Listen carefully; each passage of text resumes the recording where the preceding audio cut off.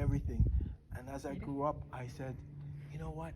I need to do something more fantastic. So I left Jamaica and went to Toronto.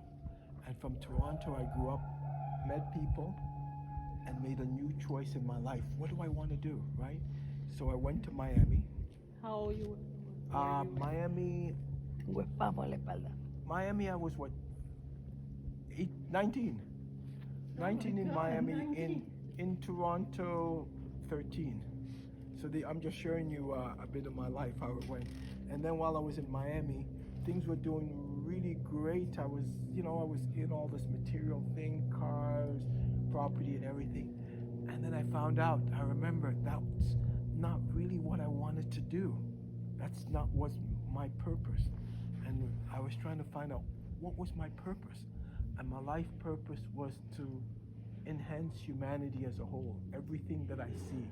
When I say humanity, everything that I come in contact, I have to change it to be me, in a sense. So I left all my property, cars, everything, and went to British Columbia. And I said, maybe British Columbia, because British Columbia is a rainforest. This is something that when I was a child, I wanted to live in the rainforest. But I didn't want to live in a hot climate. I wanted to live in they call it a sub-rainforest, which is not hot, not cold. At least you could put clothes on. When you're hot, you're hot. You can't strip anymore. So I'm like, that's not fun. I want to be able to put some clothes on if I'm too cold, la la la. So starting out in British Columbia, that was my really life start to live, because I lived outside in British Columbia. I no longer lived in house. I gave up all my properties, every single thing I had, to go to British Columbia and started to live my real dream. And my real dream was to live outside with nature, which I did. I was in British Columbia living outside with nature, meeting lots of people that was doing the same thing. And I'm like, wow, this is the most magnificent, this was the best fun time in my entire life. And I just traveled. I started hitchhiking. I first started, because I gave up all my possession, all my car. So I started hitchhiking, meaning I met people that says, oh, you could hitchhike. I'm like, how do you hitchhike? Nobody's gonna pick you up. We're not dressed like decent people. And I kind of learned how to do these things, because in this world, if you do things over and over, you get better at it.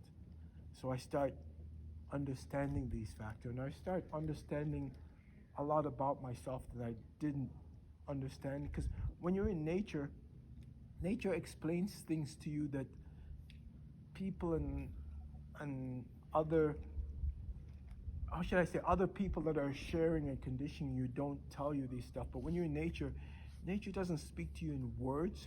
You look and you learn. You're like, wow, things are really, really beautiful. You see all the beautiful things. You start to appreciate things in nature more than you ever did before.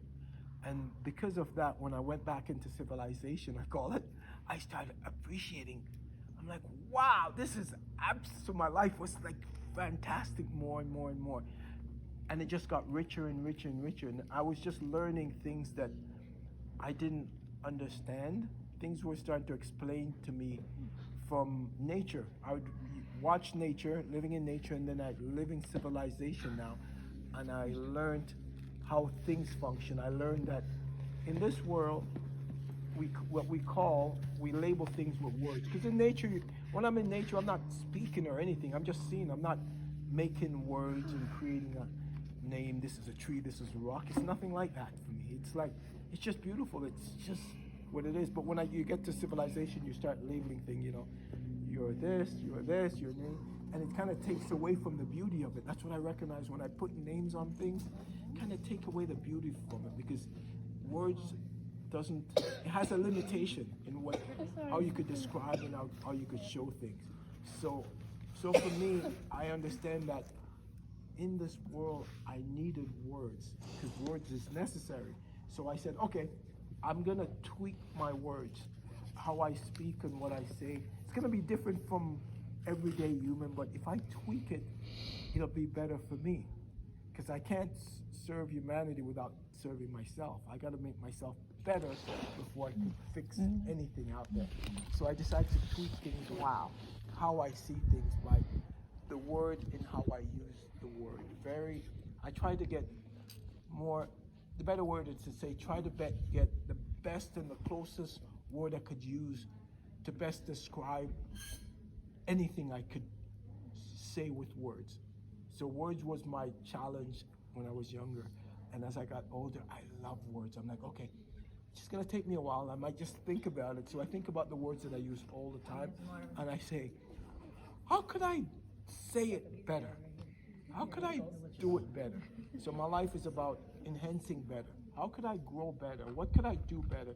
And I found out the biggest thing in my life is if I do the right thing, if I be the best, if I treat things in the most positive, optimistic way, I feel better, no matter how it works. So I do that in my best ability all the time.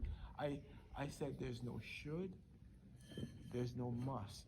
People have the ability to do what they want. So right then and there, that's amazing, because if you're limiting people, you're kind of creating that negative. You're like, you can't do this, you can't do this. No, I feel people should have that. And that makes me feel good, and I think that people feel good. It's like, wow, because you're not setting a demand on them. Because, I ask, who am I, or who's anybody to set a demand on anybody? You're almost like you're the, you're in charge type of stuff, and I don't like that. I don't think it's healthy for any human being to have that put up on them. Maybe they were brought up that way or conditioned, but it's time they gotta know it's the right way. It's not about must, should, or could. It's all about engulfing all of them and give them the opportunity to choose. And whether it's right or wrong, it's their experience. They have to, I think they have to learn from their experience. You can't force ideas and things on people. Like, this is what we do. And that's what I'm learning, is that I don't do that in my life. It's like people have to, you have to show them the way, and that, I like to say point them the way, not show them, point them the way, and allow them to choose. And because I live that way, the quality of friends I associate with are a lot unique and different. They're not the one that wants to, push, pull. They see it. It's like people know what's right and wrong. They know the truth from when they go within. There's a inside, I call it audio didactic. There's a word saying that each of us knows the right by searching inwards, they call it.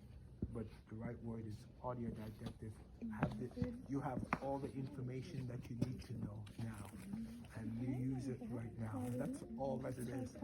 And if I help people understand that, they eventually come about and understand themselves.